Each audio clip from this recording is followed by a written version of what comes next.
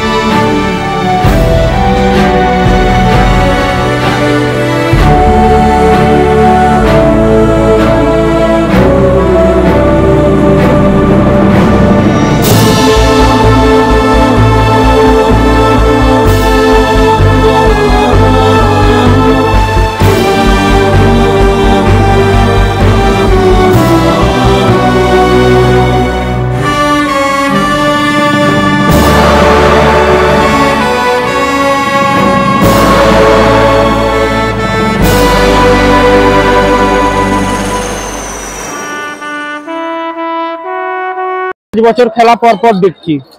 আমাদের গড়বাগান ফুটবল ক্লাবও একবার ফাইনালে গিয়ে চ্যাম্পিয়ন হয়েছে, এবছর খেলা নেয়নি। ফুটবল প্রেমিক আমরা প্রচন্ড ভালোবাসি। ভালো টিম করেছেন বলছেন, খেলার রেজাল্ট আমাদের আশা আছে 2-0 হবার, চেষ্টা করব খুব। আমরা যথেষ্ট ভালো টিম করেছি, আমাদের গর্ব। আমাদের টিমের মেন লোক হচ্ছে মোহাম্মদ হানিফ, উনি ভালো পরিচালনা করে আমাদের গ্রামকে, তাই ওনাকে শ্রদ্ধা করে ভালোবাসি। আজকে 9 বছরের টুর্নামেন্ট হচ্ছে আমাদের, আমি 9 বছরের দায়িত্বে আছি। প্রতি বছরের ভিড় আমাদের একই। এই নাইট টুর্নামেন্টে চালানোর জন্য সব থেকে কাকে সব থেকে বেশি গুরুত্ব দেবেন, কে এর জন্য কে মূল উদ্যোক্তা বলে মনে করছেন? আমাদের ক্লাবের সেক্রেটারি এর জন্য প্রথমে উদ্যোগ নিয়েছিল যে আমরা খেলাটা দুটো খেলা দিনে হয়েছিল, তারপরে বললেন আমরা নাইটে করি খেলাটা। নাইটে করতে আবেগ এত বেড়ে গেছে, দর্শকের মানুষের জনপ্রিয়, সকলের ভালো লেগে গেছে নাইটে খেলাতে। একটা খুব হাড্ডাহাড্ডি খেলা রয়েছে, তার জন্য আজকে এতই দর্শক হবে আমাদের একটা অনুমান যে আমাদের স্টেডিয়াম ভর্তি হয়ে যাবে এবং আমাদের পাবলিককে জায়গা দেওয়া যাবে না এতটুকু আমরা জানি। তবুও আমরা ওই জন্য আগে থাকতে রেডি হয়ে গেছি, ছেলেরা দলে দলে আসছে। ঠিক আছে, খেলা আমাদের আজকে খুব ব্যাপকভাবে খেলা হবে। আজকে খুব হাড্ডাহাড্ডি দুটোই দল আছে, একটা হচ্ছে হিন্দুস্তান হিন্দুস্তান আর একটা হচ্ছে মাকড়টা ইউনিয়ন। কত দর্শকের পরিমাণ কত হতে পারে? আজকে দর্শকের কোনো হিসাব হবে না দাদা, আজকে দর্শক প্রচন্ড হবে, দর্শকের কোনো হিসাব হবে না। কেননা আমরা যেটা দেখতে পাচ্ছি এখন খেলা এখন অনেকটাই বাকি আছে, কিন্তু আমাদের গ্যালারিতে দেখুন প্রায় ভর্তি হয়ে গেছে।